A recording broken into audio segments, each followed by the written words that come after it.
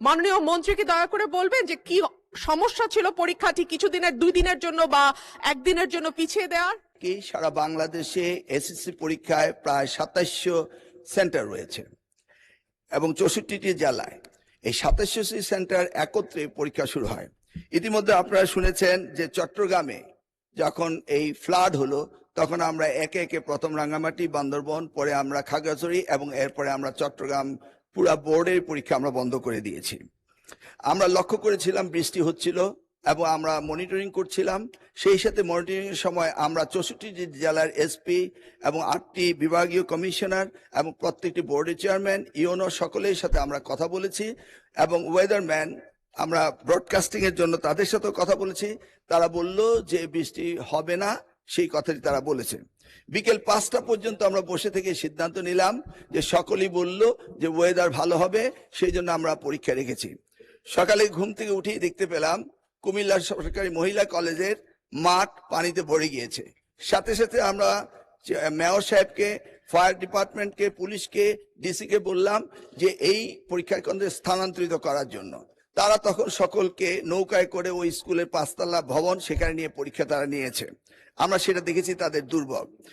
তাছাড়া সারা বাংলাদেশে আমরা ডিসিদের সাথে কথা বলেছি এবং ইউনিয়নদের সাথে তারা বলেছে যে কোথাও পরীক্ষা কোনো রকম দুর্যোগ ঘটেনি, একটি শুধু কুমিল্লা মহিলা কলেজে ঘটেছে। এবং সেই সাথে ফিজিক্সের প্রশ্ন 6 এবং 7 এই 2টি প্রশ্ন ভুল হয়েছে। মাননীয় স্পিকার, আমরা দায়িত্ব পেয়েছি মাত্র 4 মাস। কোশ্চেন মডারেটর আগের কোশ্চেন মডারেটর কোশ্চেন করেছিল। আপনি জানেন যে কোশ্চেন মডারেট করতে হলে এই প্রক্রিয়াটি 2 বছর আগে থেকে শুরু করতে হয়। আমরা এসে কোনো কোশ্চেন তৈরি করতে পারিনি। বিগত গভর্নমেন্টের যে মডারেটর ছিল তারাই কোশ্চেন করেছে। তবুও আমরা তাৎক্ষণিকভাবে ঘোষণা দিয়েছি যে ফিজিক্সের 6 এবং 7 2টি কোশ্চেন ভুল হয়েছে, সেটাকে আমরা ফুল ক্রেডিট দিয়ে দেব, সেটা আমরা বলেছি। এবং পরীক্ষা যথাযথ হচ্ছে কিনা সেইভাবে সাহায্য সহযোগিতা করার জন্য আমরা সকলকে প্রস্তুত রেখেছিলাম। আজকেও আমরা সারাদিন কথা বলেছি এবং প্রত্যেকটি আমাদের সাথে যারা স্টেক হোল্ডার রয়েছেন তারা বলেছে পরীক্ষা সুন্দর হয়েছে, সুস্থ হয়েছে। একটি জায়গায় শুধু কুমিল্লা সরকারি মহাবিদ্যালয়ে এই ঘটনাটি ঘটেছে এবং সেখানে পরীক্ষা সুন্দর হয়েছে। আমরা নির্দেশ দিয়েছি যে পরীক্ষা বিলম্বতে শুরু করার জন্য এবং যে মেয়েটি কাপড় ভিজে গিয়েছিল বাড়ি থেকে কাপড় আনা হয়েছে, 1 ঘন্টা পরে পরীক্ষা নেওয়া হয়েছে এবং পরীক্ষার সময়সীমা বাড়িয়ে দেওয়া হয়েছে।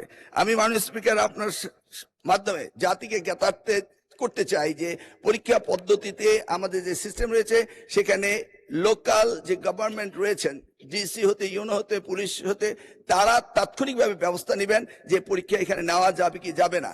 যদি তারা মনে করেন দুর্যোগ, তারা পরীক্ষা বন্ধও করতে পারেন। আমরা বারবার কথা বলেছেন না স্যার, আমরা ঠিক মতোই নিচ্ছি এবং আপনারা দেখতে পেয়েছেন যে বৃষ্টির পানি কোথায় কোথায় ছিল সেগুলো আমরা সকলেই লক্ষ্য করেছি। কোমলমতি সন্তানদের জন্য আমাদেরও মায়া রয়েছে মাননীয় স্পিকার, সেই জন্য আমরা সবসময় মনিটরিং করি। ধন্যবাদ আপনাকে।